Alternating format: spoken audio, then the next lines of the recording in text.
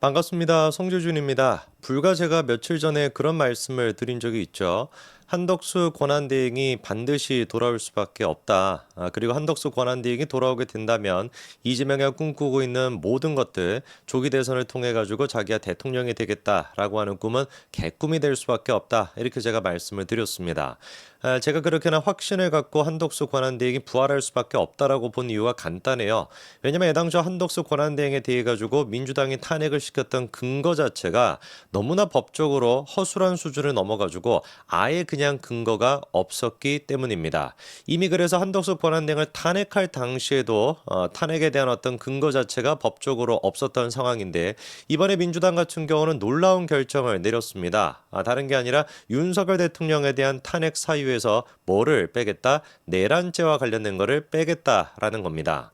자, 한번 생각을 해보십시오. 지금까지 민주당이 숱한 정치적인 언어 그리고 또 국민들을 선동했었을 때 했던 얘기가 뭐였습니까? 툭하면 그 윤석열 대통령이라고도 하지 않고 내란 수계 이렇게 이제 얘기하고 그것뿐만 아니라 같이 이제 싸잡아가지고 프레임 묶어가지고 공격하려고 할 때는 내란 수계의 동조범 이런 식의 표현을 써오지 않았습니까?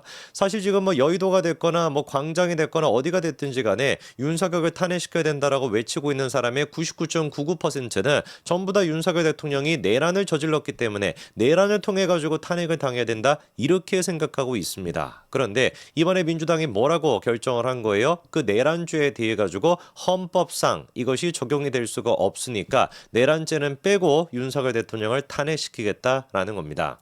이거는 원천적으로 윤석열 대통령에 대한 탄핵 소추 자체가 법적으로 근거가 없었다는 것을 명확하게 보여주는 것이고 그만큼이나 민주당에서 자책골을 넘어가지고 완전히 자폭을 한 거예요. 그럼 우리가 좀 생각을 해봐야 되겠죠. 도대체 어떤 이유 때문에 민주당이 이런 식으로까지 자폭을 하게 된 것일까? 그리고 지금 민주당에서 내란죄를 갖다가 빼고 다른 요건을 통해 가지고 윤석열 대통령을 탄핵시키겠다라고 하는데 그거는 과연 가능한 것인지 그리고 이 결정이 한덕수 권한대행의 부활에 대해서는 어떤 식으로 영향을 끼칠지 그거를 제가 좀 정리해 드리도록 하겠습니다. 자, 이번에 이제 그 헌재에서 재판 준비 기일에 놀라운 얘기가 나왔습니다. 정영실 재판관이 국회 측에 물어봤어요. 비상계엄 관련 위반 행위가 형법상 내란죄 등에 해당한다라는 주장을 철회한다라는 취지냐라고 재차 확인해봤더니 그랬더니 국회 측에서 다시 한번 뭐라고 확인하냐 사실상 철회한다라는 뜻이다 이렇게 얘기했습니다. 그 말인 즉슨 헌법재판소에서 윤석열 대통령에 대해 가지고 탄핵 여부를 결정할 때 뭐는 아예 빼버리겠다라는 거예요. 내란죄와 관련된 부분은 아예 그냥 빼버리겠다라는 겁니다. 자, 그러면 애당초 윤석열 대통령에 대한 탄핵 사유가 무엇이었냐 두 가지 정도를 민주당 쪽에서는 꼽고 있었습니다. 첫 번째가 일단 내란죄와 관련돼 있는 형법상 위법 요게 일단 첫 번째가 있었고요. 두 번째 같은 경우는 계엄을 선포한 것 자체가 헌법 요건에 맞지 않다라고 해가지고 헌법 위반 요렇게 두 가지를 가지고 윤석열 대통령에 대한 탄핵안을 통과시켰습니다. 근데 방금 제가 이제 말씀을 드렸습니다만 사실상 원래 헌법재판소 같은 경우는 뭐에 대해 가지고 결정을 내려야 되겠습니까? 헌법상 이게 위헌이냐 아니냐 이거를 가지고 결정을 내려야 되겠죠. 그러니까 윤석열 대통령에 대한 탄핵 소추 안에 내란죄와 관련돼 있는 형사법 위반 이거를 넣었던 것 자체가 이미 잘못됐던 겁니다. 무슨 말인지 이해가 되시죠? 형법과 관련된 문제는 어디서 결정을 해야 되는 거예요? 법원의 판단을 받아야 되는 겁니다. 그러면 법원의 판단을 받아가지고 윤석열 대통령의 내란죄가 적용이 됐다라고 하는 게 확인이 되기 위해선 뭐가 필요한 거예요? 1심, 2심, 3심까지가 필요한 것이죠. 그렇기 때문에 법원의 판결이 나오지도 않은 상태에서 형사소송법을 담당하고 있는 법원의 판결이 나오지도 않은 상태에서 윤석열은 이미 유죄야. 윤석열은 이미 내란죄를 저지른 사람이야. 라고 확인을 하고서 확증을 하고서 그거를 근거로 헌법재판소에다가 탄핵을 시켜달라고 올려놨으니까 애당초 첫 단추가 어떻게 돼 있는 겁니까? 잘못 끼워져 있는 수준이 아니라 단추를 그냥 찢어버린 거예요. 얘네들의 단추를 뜯지 않고 단추를 찢어버리는 애들 아니겠습니까? 말도 안 되는 것이겠죠. 자, 그러면은 왜 이제 와가지고 도대체 이렇게 말도 안 되는 짓거리를 하다가 형사법과 관련돼 있는 내란죄를 빼겠다라고 얘기하는 것이냐? 김진환 변호사가 뭐라고 얘기하냐? 국회 측 대리인이죠.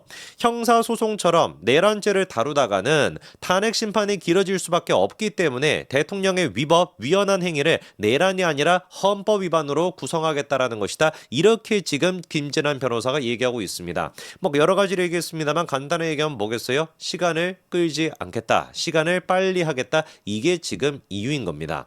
그러니까 이 인간들은 지금 머릿속에 뭐밖에 없는 거예요. 이재명을 대통령으로 만들어야 되고 그러기 위해서는 조기 대선을 해야 되는 것인데 가만히 생각해 보니까 이 내란죄 여부가 성립이 되기 위해서는 1심, 2심, 3심까지 다 나와야 되는데 그거 하면 4년, 5년 걸릴 수도 있고 야 이거 봐봐라. 이거 4년, 5년 걸렸다가는 그대로 그냥 뭐 다음 대선으로 임기 끝나가지고 대선이 될 거고 이재명, 찌찌명 같은 경우는 구속이 될 수도 있는데 이거 안 되겠다. 아예 그냥 아싸리 어떻게 해버리겠다. 내란죄를 빼버리고 그냥 계엄 선포 자체가 위헌이냐 위헌이 아니냐 이것만 가지고 탄핵을 시키겠다. 이렇게 지금 입장을 바꾼 거예요. 이것조차도 그러니까 뭐다. 이재명을 살리기 위해서 이재명을 대통령을 만들기 위해서 이 짓거리라고 앉아있는 겁니다.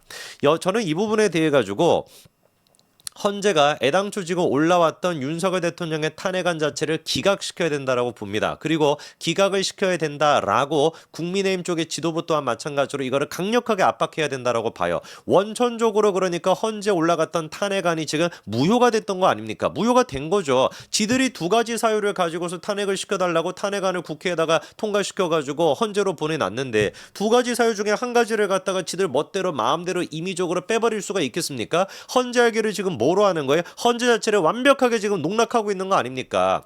우리가 만약에 예를 들어 가지고 검찰이 피의자에 대해 가지고 기소를 해서 재판에 올라갔었을 때도 공소장을 변경하기 위해서 뭐가 필요합니까? 법원의 허가가 필요합니다. 그리고 툭하면 법원 같은 경우는 공소장 변경을 받아줍니까? 안 받아줍니까? 안 받아주거든요. A라고 하는 범죄 혐의로서 이재명을 기소를 했어. 근데 A를 갖다가 조사하다 보니까 A 다시 A 다시 다시 A 다시 다시 다시가 막 줄기처럼 나와. 자, 그러면 이거를 추가시켜 가지고 그러면 이것도 범죄를 좀 처벌해 주십시오라고 공소장을 갖다가 변경하겠다라고 한다면 법원이 받아줍니까? 안 받아준단 말이에요.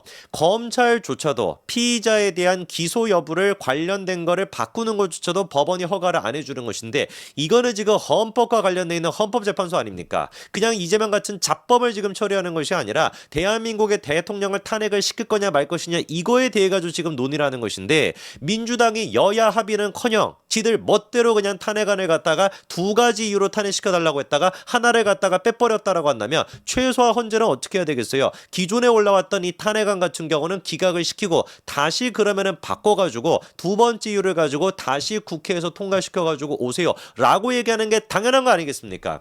만약에 헌재가 이거를 기각시키지 않고 민주당의 주장을 갖다가 일방적으로 받아들인다? 저는 그러면 헌재가 필요 없다라고 봅니다.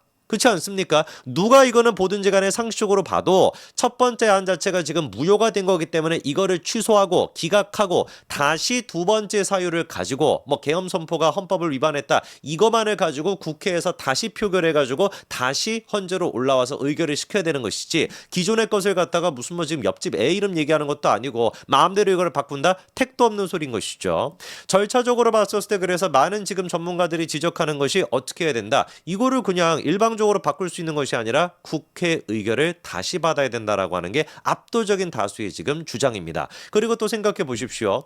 만약에 이런 식으로 내란죄 자체가 빠졌다라고 한다면은 한덕수 권한대행은 어떻게 되는 겁니까? 마찬가지로 한덕수 권한대행의 탄핵 사유 또한 사라지게 되는 것이죠. 아니 한덕수 권한대행이 애당초 민주당이 주장했던 개 같은 이제 그 소리가 뭐였습니까? 윤석열 대통령의 내란죄를 국무회의에서 막지 못하고 공모무긴 방조했다라고 하는 게 한덕수 권한대행에 대한 탄핵 사유였는데 이것도 논리적으로 원래부터 말이 안 됐죠. 왜?